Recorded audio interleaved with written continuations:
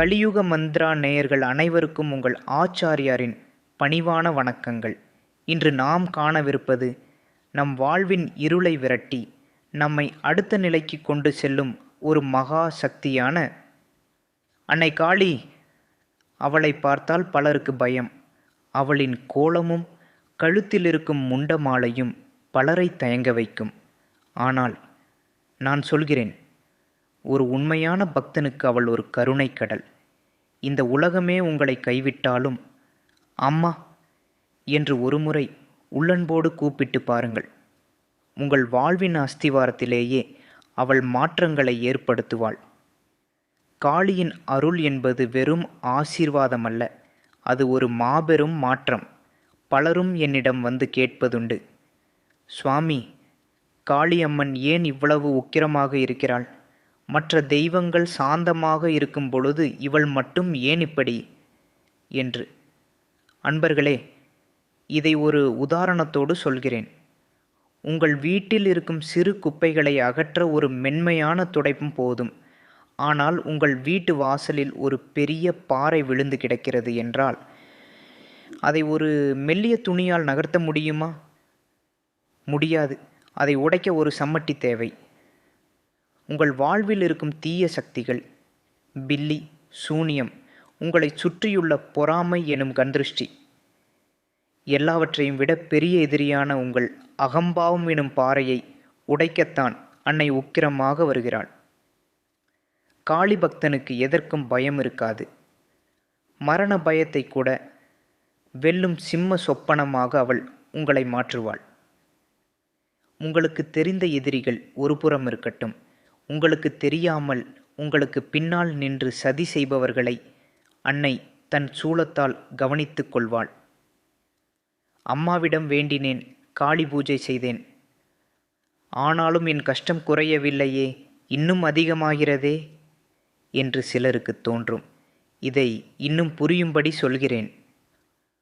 ஒரு சிறந்த மருத்துவர் ஒரு புண்ணை ஆற்ற வேண்டுமென்றால் முதலில் அந்த புண்ணில் உள்ள கெட்ட இரத்தத்தையும் சீலையும் அழுத்தி வெளியே எடுக்க வேண்டும். அப்பொழுது வலி உயிர் போகும். ஆனால் அந்த வலிதான் உங்களை குணப்படுத்தும்.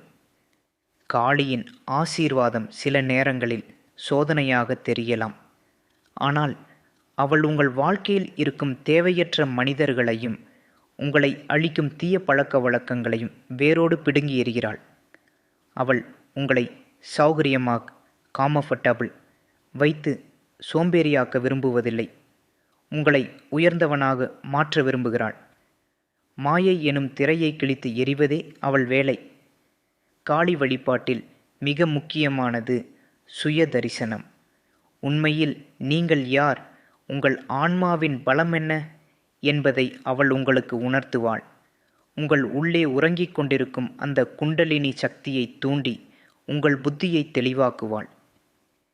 என்ன செய்வது என்று தெரியாமல் குழப்பமான சூழ்நிலையில் இருப்பவர்களுக்கு காளி உபாசனை ஒரு வழிகாட்டும் ஜோதியாக அமையும்.